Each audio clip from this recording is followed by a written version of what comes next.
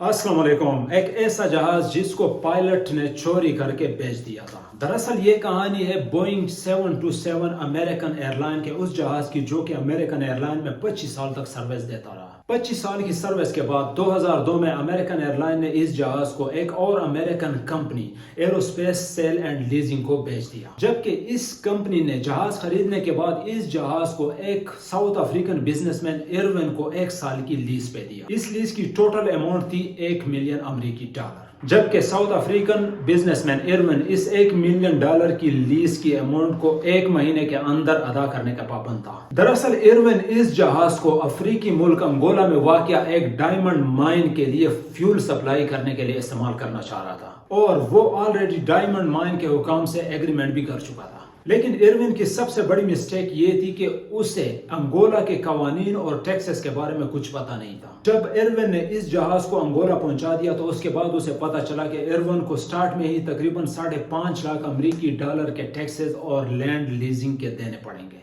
और मौके पर इरविन के पास इतनी रकम मौजूद नहीं थी, जिसकी वजह से इरविन को मजबूरन ये जहाज अंगोला के लोवांडा एयरपोर्ट पर खड़ा करना पड़ा। जब इस जहाज की मालिक कंपनी यानी कि एरोस्पेस सेल एंड लीजिंग को इस पूरी सिचुएशन का पता चला तो उन्होंने एक फैसला लिया। उस कंपनी ने यह फैसला कर लिया कि इस जहाज को वापस अमेरिका लाएंगे। इस मकसद के लिए उस कंपनी ने अंगोला के एयरपोर्ट हुकाम के साथ एक डील की और उन्हें बताया कि 26 मई 2003 को उनके पायलट्स आकर इस जहाज को उड़ाकर वापस अमेरिका ले आएंगे।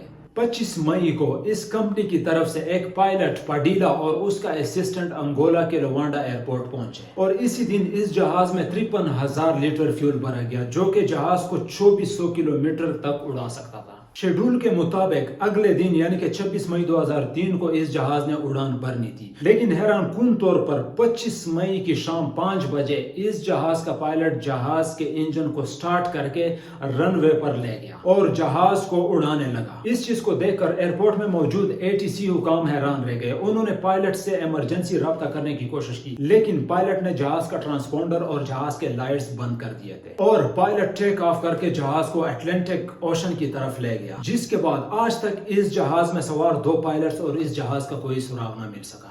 इसके बाद अमेरिका ने अटलांटिक ओशन और अफ्रीकी ममालिक में इस जहाज की तलाश शुरू कर दी, लेकिन ना तो इस जहाज का कोई मलबा मिल सका और ना ही इस जहाज का कोई सुराग मिला। जब तफ्तीश शुरू की गई तो सबसे पहला शक aerospace sale and leasing company के मालिक जोसेफ पर हुआ। दरअसल शक इस बुनियाद पर किया गया कि शायद इस कंपनी का मालिक जोसेफ अपने पायलट्स के साथ मिलकर यह मंसूबा बना चुका था कि वो पायलट्स इस जहाज को कहीं पर गायब करके बाद में कंपनी इस जहाज के इंश्योरेंस का दावा दायर कर सके, और इस तरह कंपनी का सारा नुकसान इंश्योरेंस के रकम से पूरा हो जाए। लेकिन इस कहानी में नया मोड़ उस टाइम आया जब इस कंपनी के मालिक जोसेफ ने लाई डिटेक्टर यानी कि झूठ पकड़ने वाले मशीन पर अपना टेस्ट पास कर लिया। उसके बाद इस जहाज की मालिक कंपनी को शक हुआ कि जिस पायलट को जहाज वापस लाने के लिए भेजा गया था शायद वही पायलट जहाज को चोरी करके कहीं और ले गया, और इस बात की तस्दीक इस तरह हुई कि बाद में उस पायलट के कुछ दोस्तों ने इंकशाफ किया कि दरअसल इस जहाज को पायलट ही एक अफ्रीकी मुल्क तंजानिया लेकर गया था,